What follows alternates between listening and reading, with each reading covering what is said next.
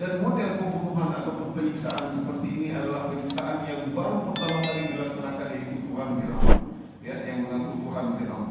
Maka dia sangat arogan dan sangat ingin membunuh semua yang mengikuti kepada Nabi Musa alaihissalam. Kemudian setelah selesai eksekusi, karena Nabi Musa menang, maka Nabi Musa pun tidak dibunuh oleh Firaun. Nabi Musa dibiarkan hidup terus menerus, ya, dibiarkan bersama Bani Israel. Bahkan dalam riwayat dikatakan sampai 20 tahun, bahkan sampai 40 tahun lamanya. Namun tak kala Nabi Musa tetap bersamai Bani Israel semuanya, namun penindasan demi penindasan, kelakuan Firaun semakin menjadi penyiksaan. Bahkan setiap harinya tidak ada rumah-rumah yang apabila anak-anak kecil yang lahir laki-laki semua dibunuh oleh Firaun. Subhanallah. Yuqatiluna abna'akum wa yastahyuna nisa'akum. Mereka membunuh. Dan mereka Bani Israel berkata, wahai Musa, Firaun dan kaumnya semakin menjadi menyiksa kita. Dalam ayat Quran disebutkan, qalu udhina min qabli an ta'tiyana wa min ba'di ma ji'tana. Bapak-bapak dan ibu-ibu yang dirahmati Allah Subhanahu wa taala, kalau kita ingin mempelajari kisah banyak Bani Israel, ya, bisa kita lihat di antaranya adalah surah Al-Baqarah, kemudian juga di antara surah yang saya bacakan itu dari ayat 103 Al-A'raf bahkan sampai 5-6 halaman semuanya tentang Bani Israel. Kemudian juga nanti surat Thaha, kemudian ada juga di awal-awal Nabi Musa di surat Qasas. Maka inna hadzal Quran, disebutkan dalam Al-Quran. Quran ini banyak menceritakan kisah-kisah tentang Bani Israel karena kisahnya memberikan pelajaran penting bagi umat Nabi Muhammad SAW. Nah, mereka berkata, qalu udhina, wahai Musa, sesungguhnya kita disiksa terus. Sebelum kamu datang kami disiksa, setelah kau datang tidak ada perubahan, kita masih saja disiksa. Maka Musa hanya bisa menjawab, qala asa rabbukum an yuhlika aduwakum wa yastakhlifakum fil ardi fayanzura kaifa ta'malun. Mudah-mudahan Allah menggantikan kaum yang lebih baik yang kepada kalian nanti Allah akan gantikan, ya. Maka Allah tentu tidak memudahkan segalanya. Dan ini pelajaran penting bagi kita, bahwasanya berlalu 20 tahun, bahkan dalam riwayat sampai 40 tahun terjadi penyiksaan, penindasan, perbudakan. Mereka seperti tidak ada apa-apa, ya. Tapi mereka seperti dianggap orang-orang yang meminta-minta kepada kaum Firaun. Nah, inilah pelajaran penting. Artinya terkadang seseorang berdoa tidak mesti harus dikabulkan Allah Subhanahu wa taala instansi, ya, langsung, ya. Tidak mesti. Terkadang Allah Maha tahu. Dengan rahmatnya Allah Subhanahu wa taala, Allah tahu kapan waktu yang tepat untuk diberikan kebaikan kepada hamba tersebut. Semua kita, semua manusia ingin yang dia doa langsung dikabulkan. Namun Allah Maha tahu. Asa an takrahu syai'an wa huwa syarrun wa huwa khairul lakum. Boleh jadi yang kalian benci tersebut, kalian benci enggak langsung dikabulkan, ternyata punya kebaikan yang luar biasa. Nah, ini banyak yang terjadi. Ibarat seorang memberikan HP kepada anaknya, ya. Karena si anak merasa dia berat. Si anak merasa, kenapa saya nggak dikasih HP? Kenapa saya nggak dikasih nonton lama-lama? Ya, tapi orang tua lebih tahu. Tentu walillahil matsalul a'la. Allah lebih dari itu. Allah Maha tahu kebaikan terhadap hamba tersebut. Namun seringkali terkadang dalam kehidupan dunia ini kita melihat, tapi orang-orang yang memang gejo aja. Nauzubillah. Kalau seandainya dikasih terus dia doa mungkin dikabulkan, tapi dia tetap maksiat, dia dosa terus, dia nggak pernah sholat, dia melakukan kemungkaran. Ini nauzubillah, barangkali ini orang istidrak. Allah biarkan dia terus-terusan, ya, tapi Allah akhirkan azab bagi dia. Wal a'yadu billah, di akhirat dia mendapat tempat yang mengerikan di sisi Allah. Maka berbahagialah, ya, apabila mungkin ada kesalahan, dosa yang kita lakukan, Allah kasih kita ujian, Allah ingatkan kita dengan cobaannya. Ya, inna asyaddan nasi bala'an indallah al-anbiya. Sesungguhnya orang-orang yang paling banyak cobaan di sisi Allah anbiya. Summa man sifat, kemudian al-amsal fal-amsal as-salihun, orang-orang yang saleh. Ya, maka semakin ujian maka itu tentu baik, karena ini adalah penghapus dosa dan tentu bagi mereka yang beriman untuk naik derajat di sisi Allah Subhanahu wa taala. Terkadang orang merasa terlalu banyak ujian yang dia timpa, ujian musibah melalui musibah. Bahkan para ulama mengatakan sesungguhnya kalau dia tidak melakukan diberikan musibah seperti itu, Allah ingin meninggikan tempat dia di surga. Karena mungkin bisa jadi ibadah-ibadah dia di dunia kurang, namun Allah menganggap dia spesial. Mungkin ada kebaikan yang pernah dia lakukan di dunia ini sehingga Allah sayang sama hamba hamba tersebut, maka dengan ujian tersebutlah dia diangkat derajat dan ditinggikan surganya di sisi Allah. Amin ya rabbal alamin. Ma'asyiral muslimin, kembali kepada kisah Musa. Nah, setelah 20 tahun, maka ketika Nabi Musa masih tinggal bersama mereka, bersama Bani Israel dan Fir'aun, maka Allah berfirman, "Walaqad atayna Musa 9 ayat." Ada di antaranya 9 mukjizat yang Fir'aun melihat, ya, 9 ayat tanda-tanda kebesaran ataupun tanda-tanda kenabian Nabi Musa. Di antaranya adalah asa, yaitu tongkatnya Nabi Musa. Kemudian al-yad al-bayda, yaitu tangan yang dikeluarkan sehingga bercahaya. Kemudian dia bisa membelah lautan, tentu nanti ya, wa tufan. Nah, di antara tanda yang pertama tak kala itu adalah tufan, angin yang kencang ataupun banjir yang Allah kirim, ya.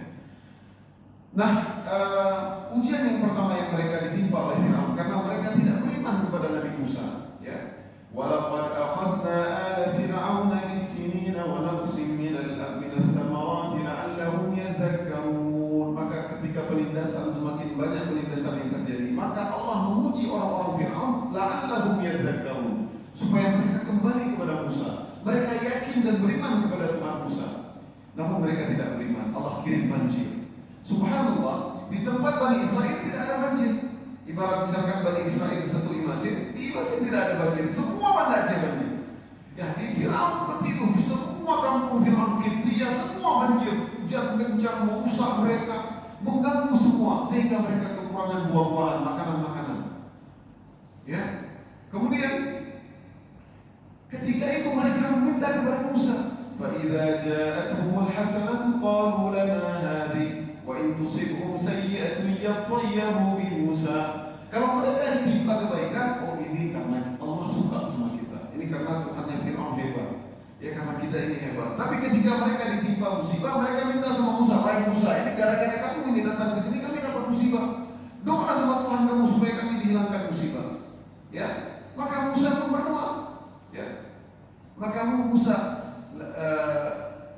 Musa berdoa kepada Allah Subhanahu wa taala, ya. Ala innama ta'iruhum 'inda Allah walakin aktsarahum la ya'lamun. Padahal Musa mengatakan sebenarnya kalianlah berdoa kepada Allah biar Allah memberikan. Maka kemudian hujan pun berhenti dan mereka senang lagi. Kemudian di antara cobaan kemudian yang terjadi juga, mereka berkata, "Wahai Musa," setelah mereka banyak lagi buah-buahannya, banyak lagi pohon-pohonnya, kemudian hijau lagi, mereka berkata, "Wahai Musa, wa qalu mahma ta'tina bi ayatin." Wahai Musa, walau bagaimanapun engkau mendatangkan tanda-tanda mukjizatmu, kami tidak akan beriman. Litasharna biha fama nahnu laka bimu'minin. Kami tidak akan beriman. Dia ngeyel lagi.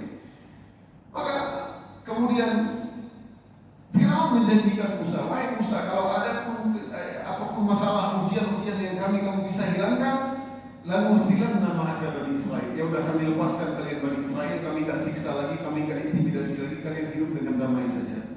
Namun mereka tetap juga melakukan kemungkaran mereka. Di antara kemudian ujian yang Allah kirim kepada umat Fir'aun ketika itu, wal jarad. Ya, tufan wal jarad. Wal jarad adalah belalang.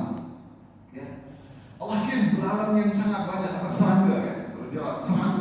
Serangga memakan pepohonan mereka, mengganggu tempat mereka, bahkan di meja makan mereka, di tempat tidur mereka, serangga yang banyak sekali. Sampai-sampai dimanapun mereka melihat serangga, sehingga gagallah panen mereka. Kemudian mereka meminta kepada Musa, akhirnya selesai lagi musibahnya. Tetap mereka tidak beriman. Kemudian Allah kirim mereka di antara tanda yang berikutnya, yaitu al-qummal, yaitu kutu yang busuk. Ini benar orang bikin nggak beriman juga. Kutu busuk. Kita tahu bagaimana kepinding, ya, ataupun apa istilah bahasa Indonesia ya, kutu ataupun tomcat, ya. Kalau ada misalkan ini ikat kita, itu masuk dalam dalam selimut mereka. Setiap hari mereka masuk, terganggu mereka di mana-mana, gatal-gatal mereka, bahkan merah-merah badan mereka, ya. Ya Musa, da'u lana rabbaka bima 'ahida 'indak. Kata Fir'aun, "Ya wahai Musa, berdoalah kepada kami." Ya, Musa selalu mendakwahkan tauhid. Laqad 'alimta ma anzala haula illa rabbus samawati wal ardh. Kenapa kalian tidak beriman? Ini sesungguhnya yang menyelesaikan permasalahan kalian adalah Rabbus Samawati pencipta langit dan bumi, maka kalian tetap tidak beriman. Ya. Bahkan Firaun pernah berkata, sebenarnya Firaun yakin, tahu dia, tapi dia ingin prestis. Dia nggak mau merendahkan dia di depan kaumnya. Aku ini kan Tuhan, dia nggak mau, padahal dia sudah yakin dengan apa yang dibawa oleh ajaran Musa. Makanya dia pernah berkata kepada menterinya, menteri apa istilahnya hari ini, menteri pembangunannya ya, Haman ya. Ya Haman ibni li sarhan la'alli ablughul asbab, ya, dalam surat Ghafir, ya, dalam surat Ghafir. Wahai Haman, bangunlah aku tempat yang tinggi. Aku akan ingin la attali'a ila ilahi Musa. Aku akan naik ke atas melihat Tuhan Musa yang mana. Ini bangunlah piramid itu dalam sejarah itu. Piramid kalau kita lihat hari ini di Mesir itu, ini betul-betul teknologi yang luar biasa seperti itu. Di zaman itu yang mungkin tidak ada konsultan, tidak ada orang engineer apa, tapi mereka bisa membuat gedung yang sangat besar tersebut. Ya. Maka ini tentu luar biasa umat-umat terdahulu. Apalagi misalkan umat Thamud yang membangun rumah di gunung-gunung, ya tentu inilah kelebihan daripada fisik mereka pada zaman tersebut. Kemudian Allah selesaikan kutu tersebut, maka hilanglah kutu. Kemudian juga Allah kasih ad-dhafani. Mereka ingkar lagi, mereka tidak beriman kepada Nabi Musa alaihissalam. Kemudian Allah kasih dhafani, kodok. Kata menjadi kodok. Di mana-mana mereka keluar rumah kodok. Ya, hari ini kodok, ya, musim hujan banyak kodok, tapi tidak sebanyak pada zaman Firaun tersebut. Di mana-mana kodok. Ya musola, mungkin Musa lagi kasih pengajian, tapi Musa nggak ada. Bani Israel tidak ada kodok. Di tempat orang Firaun semua kodok semua. Ya di rumah-rumah yang mungkin satu rumah mungkin diliputi oleh kodok semua. Bahkan dalam riwayat disebutkan dalam tafsir kalau mereka buka mulut, hampir kodok masuk ke dalam mulut mereka seperti itu. Jadi subhanallah. Jadi masih mereka tidak beriman kepada Musa alaihissalam. Kemudian Allah berikan juga tanda berikutnya yaitu wadam. Setelah selesai kodok, maka mereka ingkar lagi. Ya, mereka semakin tidak enak hidup, mereka ingkar lagi, masih juga menindas kaum Bani Israel. Allah lebihkan Bani Israel subhanallah. Jadi Allah sayang kepada kaum Bani Israel. Nanti kita lihat kisahnya bagaimana nanti. Bani Israel udah Allah, wa inni faddaltukum 'alal 'alamin. Aku lebihkan kalian dari umat yang lain semesta alam. Tapi nanti lihat bagaimana apa istilahnya, kurang sopannya mereka, kurang beradabnya, ingkarnya dengan nabi mereka. Maka berikutnya Allah puji mereka wadam, darah. Nah, sungai yang menjadi sumber penghidupan mereka tak kala itu. Ya. Kalau Bapak pernah pergi, saya pernah pergi ke Mesir, itu sungai terpanjang di dunia termasuk. Ya. Bagaimana sampai ke Sudan, ya, seluruh semenanjung Afrika Utara itu diliputi oleh sungai itu. Jadi luar biasa bagaimana sungai yang sangat indah. Ya, sungai yang sangat memberikan penghidupan. Kalau tidak ada sungai itu hari ini mungkin ya, pertanian tidak ada, mungkin anggur tidak kurang. Ya, sangat kurang anggur, rumah dan apapun ya. Sangat luar biasa di Mesir kala itu.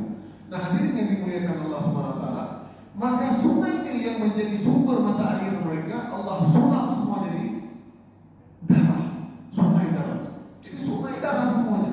Ya, jadi tapi subhanallah, sumurnya orang Bani Israel mereka mungkin tempat terpencil mungkin di daerah suatu tempat. Jadi mereka sumur mereka bagus, airnya mereka bagus. Diketahui oleh orang-orang Firaun mengatakan di tempat Bani Israel Musa airnya bagus. Mereka menimba, mengambil air di sumurnya Bani Israel. Mereka bawa ke Kipti, mereka bawa ke kotanya, maka jadilah darah kembali. Bingung mereka, ya Musa, ya wahai Musa ini mana ini? Ya, mereka berdoa Nabi Musa tetap sabar melayani kaum Kipti. Ya. Nabi Musa ini orang Kipti seperti itu, nanti orang Israel lebih parah lagi. Baik, akhirnya hilang juga permasalahan mereka. Akhirnya Allah menjadikan mereka hijau kembali, ya, sungai Nil juga kembali sebagaimana didoakan. Tapi mereka tidak cukup melihat dengan berbagai macam cobaan, ujian, tanda-tanda, mukjizat yang Allah berikan ke Musa. Tidak cukup membuat mereka beriman karena memang mereka tidak suka dengan Bani Israel. Akhirnya Firaun pun merasakan sangat jengkel dan ingin membunuh Musa dan Bani Israel semuanya. Tidak apa-apa, selesaikan dulu. Karena mereka merasakan kita hidup nggak tentram di gara-gara Bani Israel. Jadi Bani Israel semua Allah. Itu mereka disiksa dulu, ditindas. Nah, ini mempengaruhi otak mereka sehingga. Ya. Akhirnya di pagi hari orang-orang di tengah malam Nabi Musa, walaqad auhayna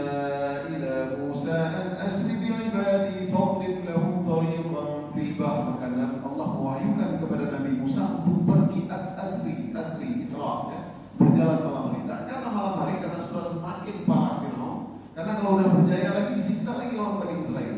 Ya, maka Allah mewahyukan kepada Nabi Musa untuk membawa sukunya Bani Israel pindah semuanya dari Mesir menuju Palestina.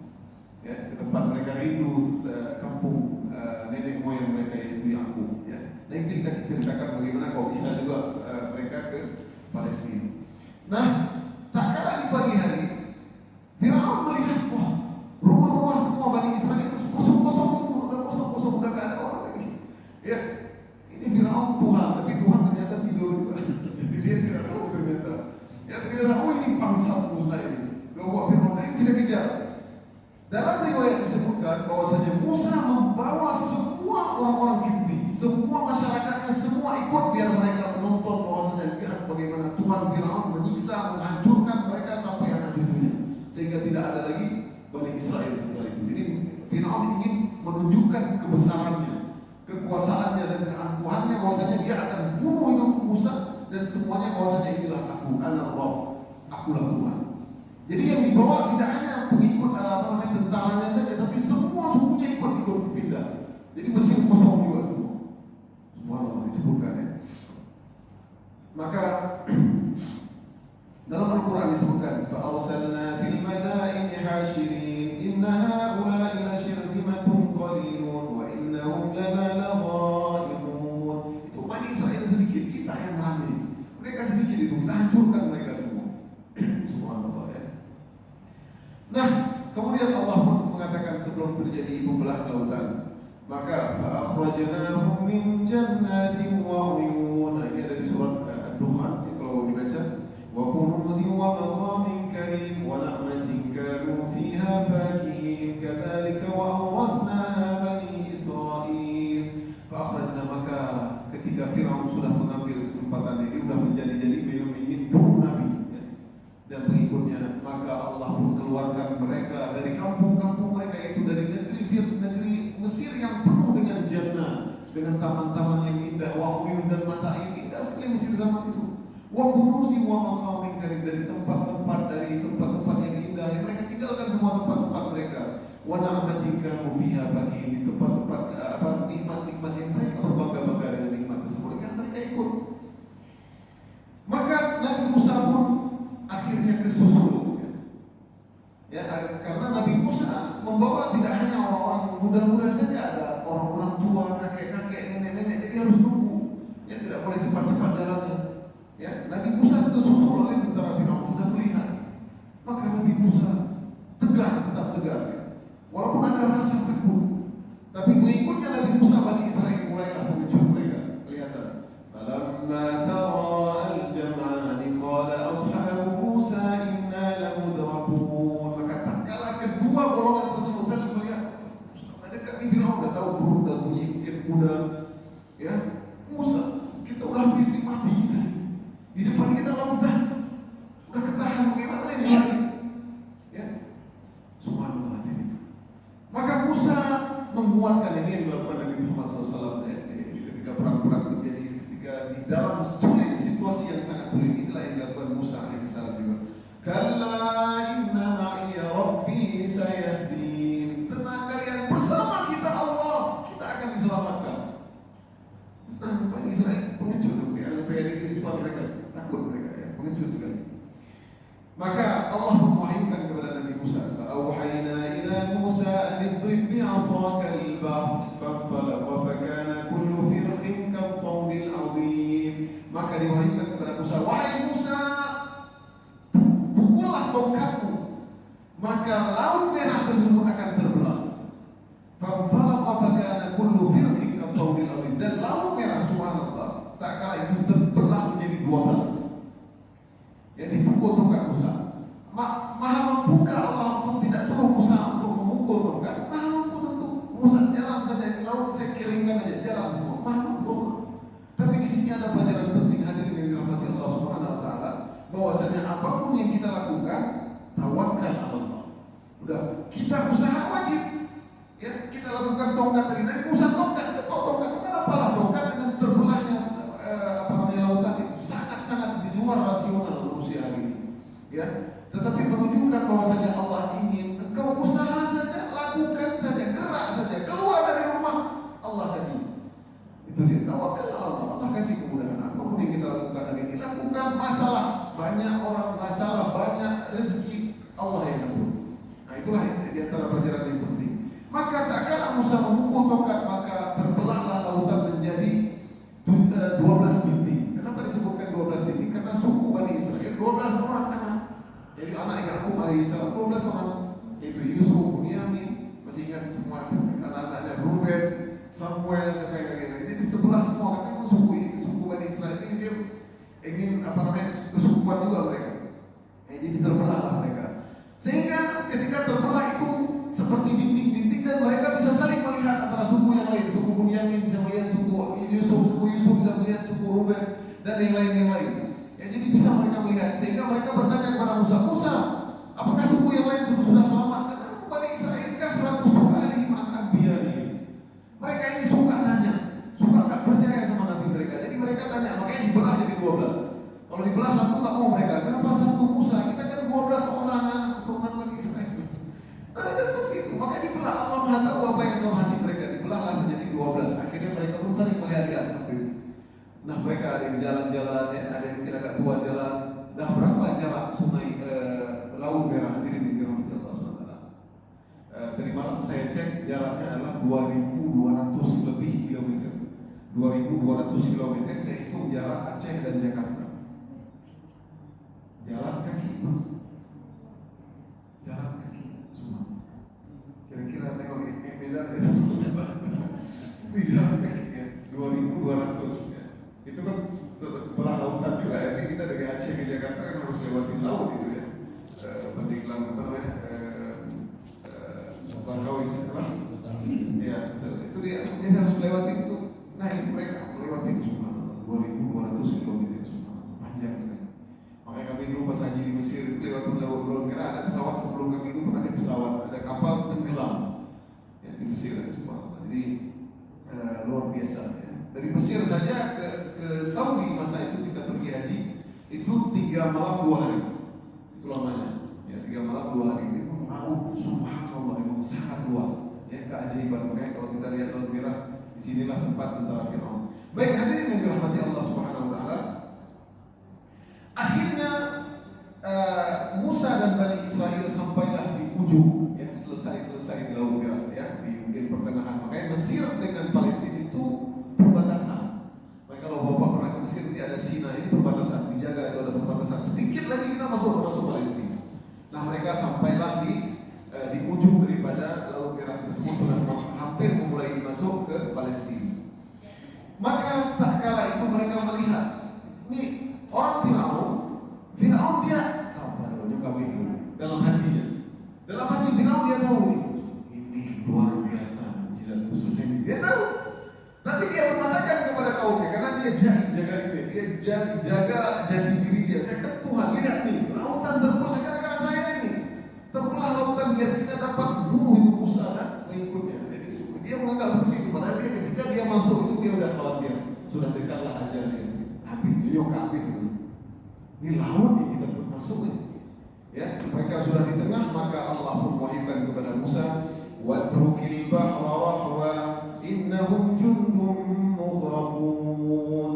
Mereka adalah tentara-tentara yang akan kita tenggelamkan.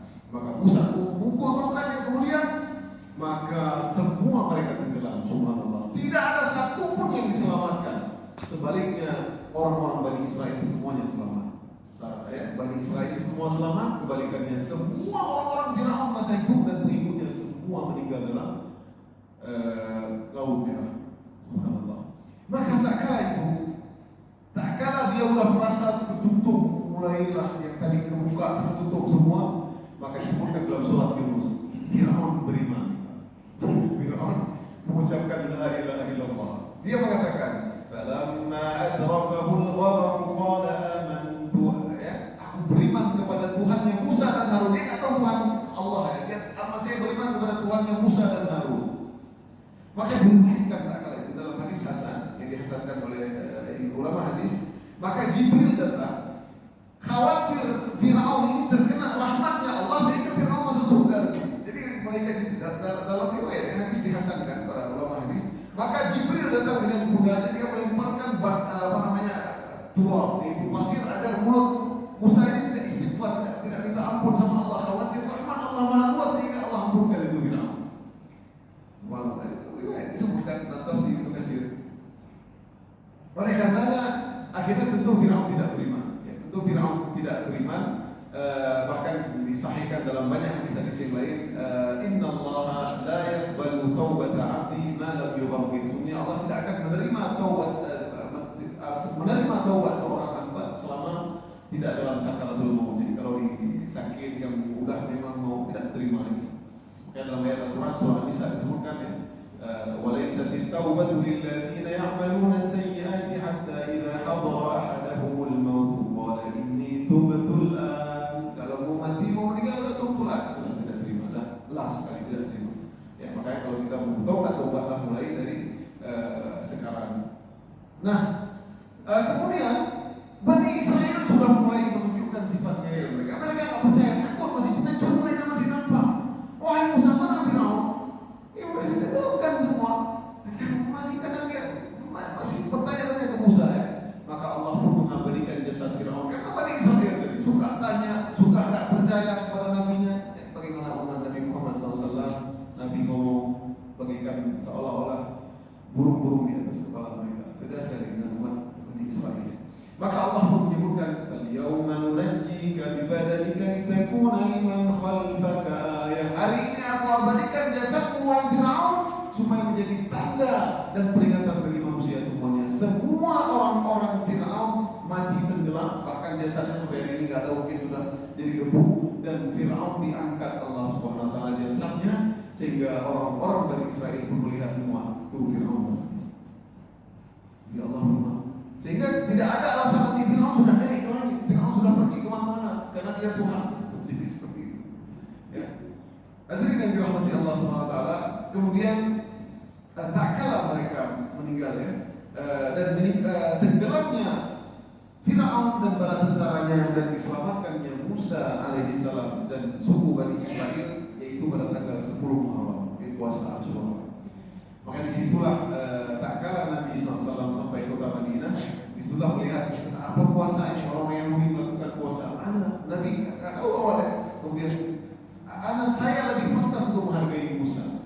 Artinya Nabi pun menyuruh kepada umatnya untuk berpuasa Muharram. Tak kala sebelum syariat puasa Ramadan. Jadi 1 Hijriah Nabi sudah menyuruh orang-orang untuk berpuasa karena mereka.